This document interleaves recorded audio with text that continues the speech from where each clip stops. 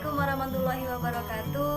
Perkenalkan, nama saya Putri Aprilianti, NPM 1988-201005, Program Studi Pendidikan Bahasa dan Sastra Indonesia, Fakultas Keguruan dan Ilmu Pendidikan, Universitas Muhammadiyah Kota Bumi. Baik, pada kesempatan kali ini saya akan menjelaskan terkait tentang pengertian retorika, sejarah retorika, manfaat berretorika, dan monologika. Mari simak videonya pada kesempatan kali ini. Pengertian retorika. Retorika dalam bahasa Inggris yaitu retorik, yang artinya ilmu berbicara. Retorika juga dikatakan sebagai public speaking atau pidato di depan umum. Retorika sendiri merupakan seni persuasi tentang suatu uraian yang singkat, jelas, dan meyakinkan dengan menggunakan keindahan bahasa. Dengan tujuan utama retorika yaitu tercapainya tujuan pembicara atau tercapainya komunikasi yang efektif, sedangkan memiliki fungsi untuk membimbing penutur mengambil keputusan yang tepat, dapat memahami kejiwaan manusia yang sedang dihadapi. Sehingga seorang pembicara harus mengerti kondisi yang dialami oleh manusia agar bahasa yang disampaikan dapat diterima oleh mereka. Jenis retorika dibagi menjadi dua, yaitu retorika persuasif adalah retorika yang bertujuan mempengaruhi orang dengan tidak memperhatikan nilai-nilai kebenaran, misalkan penjualan kaki lima, pedagang, dan lain-lain sebagainya. Yang kedua yaitu retorika dialektika, yaitu dengan bertujuan untuk mengarahkan kepada pembina spiritual, misalkan ceramah-ceramah agama. Cara retorika yang pertama dimulai dengan retorika pada abad Romawi. Setelah kerajaan Romawi menguasai Yunani, terjadilah kontak antara kaum cendekiawan Romawi dan Yunani.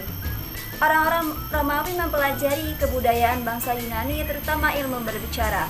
Ilmu retorika mulai diberikan di sekolah-sekolah. Apabila ada murid yang berbakat berpidato, maka mereka akan dibekali pengetahuan tentang retorika. Dan murid-murid pergi ke pengadilan untuk menyaksikan pidato di depan publik untuk menambah wawasan ilmunya. Sejarah yang kedua adalah retorika pada abad pertengahan. Sejak zaman Yunani sampai zaman Romawi, retorika selalu berkaitan dengan kenegarawanan. Para orator umumnya terlibat dalam kegiatan politik. Abad pertengahan ini sering disebut sebagai abad ke-8. Abad ini ditandai dengan wejangan-wejangan religius seperti khotbah yang dikemukakan oleh Yesus dari Nazaret. Dalam usaha penyebaran luaskan ajaran Yesus, para pengikutnya ikut dalam mengembangkan kepandaian berbicara lewat khotbah-khotbah yang dibawakan. Pada abad ini, kristenisasi mulai meluas dan semakin mengembangkan ilmu kepandaian berbicara melalui khotbah. Begitu pula dengan kaum muslimin, para nabi menyampaikan firman-Nya dengan menggunakan kemampuan berbicara. Yang ketiga adalah retorika modern. Aliran pertama, retorika dalam masa modern yang menekankan proses psikologis yang dikenal dengan epistemologi yang membahas tentang teori pengetahuan.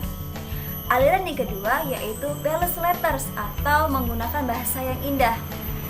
Aliran pertama dan kedua memusatkan perhatian mereka pada persiapan pidato, pada penyusunan pesan dan penggunaan bahasa.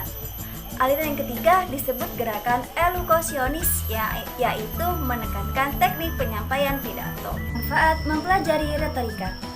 Pentingnya mempelajari retorika bagi mahasiswa yaitu untuk menunjang proses komunikasi atau berbicara lebih baik dengan adanya seni berbicara, atau dapat menggunakan bahasa yang indah agar informasi yang disampaikan dapat dicerna dan mudah untuk dipahami.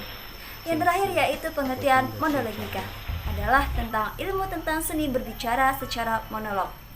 Adapun bentuk-bentuk monolog berupa pidato. Pidato merupakan keterampilan menyampaikan pesan di depan publik secara verbal dengan tujuan tertentu. Jenis-jenis pidato diantaranya dapat berupa yang pertama pidato informatif tentang penyampaian informasi. Yang kedua pidato argumentatif, yaitu pidato tentang argumentasi. Yang ketiga pidato persuasif, pidato tentang mempengaruhi manusia. Yang keempat adalah pidato rekreatif, pidato tentang keluarga. Adapun skema pidato yang pertama adalah pembukaan yang terdiri dari salam, penghormatan, ucapan syukur. Yang kedua isi pidato sesuai dengan tema yang disampaikan. Yang ketiga adalah penutup, merupakan kesimpulan dari teks pidato dan dapat berupa ajakan dan himbauan. Ciri-ciri pidato yang baik adalah dengan tujuan pidatonya jelas, isi pidatonya memuat kebenaran, pidato disampaikan dengan jelas dan menarik, intonasinya jelas, penyampaian pidato disesuaikan dengan latar belakang pendengarnya, dan suasana yang efektif saat berpidato. Teknik penyampaian pidato yang pertama menggunakan naskah, yaitu penggunaan naskah yang telah disiapkan agar menghindari keliruan. Yang kedua adalah menggunakan memoriter atau menghafal. Pembicara telah menghafal seluruh isi pidato. Yang ketiga adalah impromptu atau spontan. Teknik ini biasanya digunakan oleh pembicara profesional yang biasa membawakan pidato tanpa persiapan. Yang terakhir adalah extemporer atau penjabaran kerangka. Dengan teknik ini, pembicara akan menulis pokok-pokok pidato secara urut agar tidak terkesan kaku. Baik, itulah tadi beberapa penjabaran yang telah saya sampaikan. Kurang lebihnya saya mohon maaf dan saya akhiri. Wassalamualaikum